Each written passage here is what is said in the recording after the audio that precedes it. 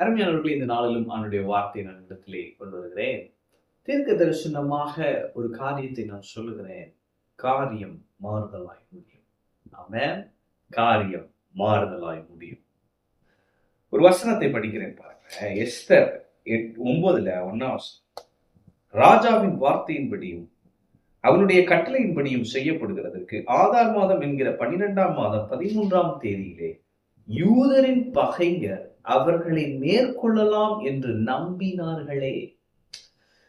யூதரின் பகைஞர். அப்ப உங்களை பகைக்கிற சிலர் உங்களை மேற்கொள்ளலாம் என்கிற நம்பிக்கையில் வாழ்ந்து கொண்டிருக்கிறார்கள்.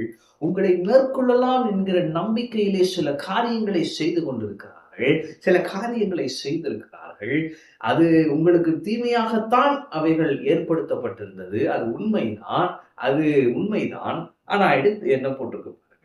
அந்நாளிலே தானே, அவர்கள் குறித்திருந்த அதே நாளிலே தானே யூதரானவர்கள் தங்கள் பகைஞரை மேற்கொள்ளும்படிக்கு காரியம் மாறுதலாய் முடிந்தது. ஆமென். அப்ப உங்களை மேற்கொள்ள உங்களை பகைக்கிறவர்கள் சில திட்டங்களை தீர்த்து வைத்திருக்கிறார்கள். ஒரு நாளை குறித்திருக்கிறார்கள்.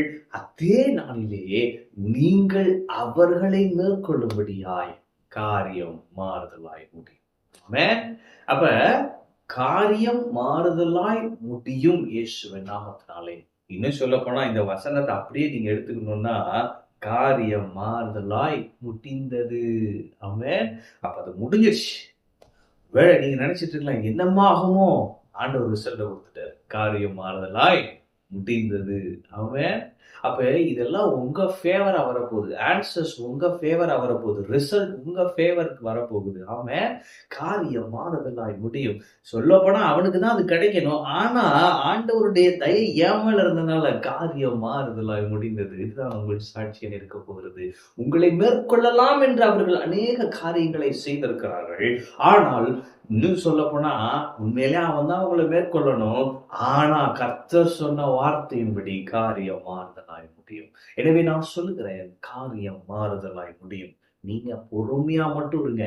இந்த வார்த்தையை பிடித்துக் கொண்டு காரியம் மாறுதலாய் முடிந்தது இதையே சொல்லிட்டு இருங்க. விசுவாசத்துல காரியம் மாறுதலாய் முடிவதை நீங்கள் பார்ப்பீர்கள்.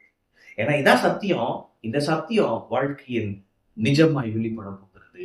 காரியம் மாறுதலாய் முடிந்தது இயேசுவின் நாமத்தினாலே. உங்களுடைய சாட்சி மிக பெரிது.